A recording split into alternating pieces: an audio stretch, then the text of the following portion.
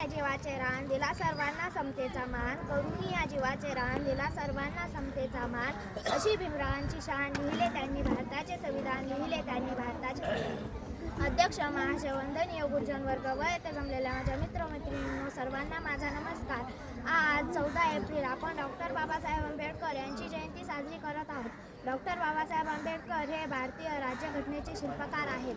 त्यांचा जन्म 14 एप्रिल 1891 रोजी मध्य प्रदेशातील मऊ या गावी झाला.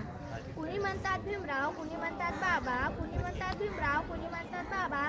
आजही आम्हा मानवाचा सर्वांवर ताबा, सर्वांवर ताबा. डॉक्टर बाबासाहेब आंबेडकर यांचे पूर्ण नाव भीमराव रामजी आंबेडकर असे होते. ते परदेशात जाऊन डॉक्टरेट पदवी घेणारे पहिले भारतीय होते. त्यांनी दीनदलितांना न्याय मिळवून दिला.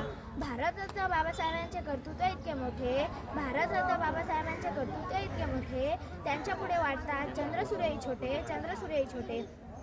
त्यांनी भारतीयांना शिका, संघटित व्हा, संघर्ष करा हा गुरुमंत्र दिला.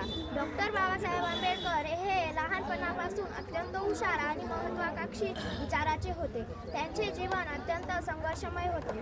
त्यांच्या अनेक भाषांवर प्रभुत्व होते. त्यांचे कार्य कोणालाही शब्दात व्यक्त करता येणार नाही इतके प्रचंड आहे. डॉक्टर बाबासाहेब आंबेडकर हे स्वतंत्र भारताचे कायदेमंत्री होते.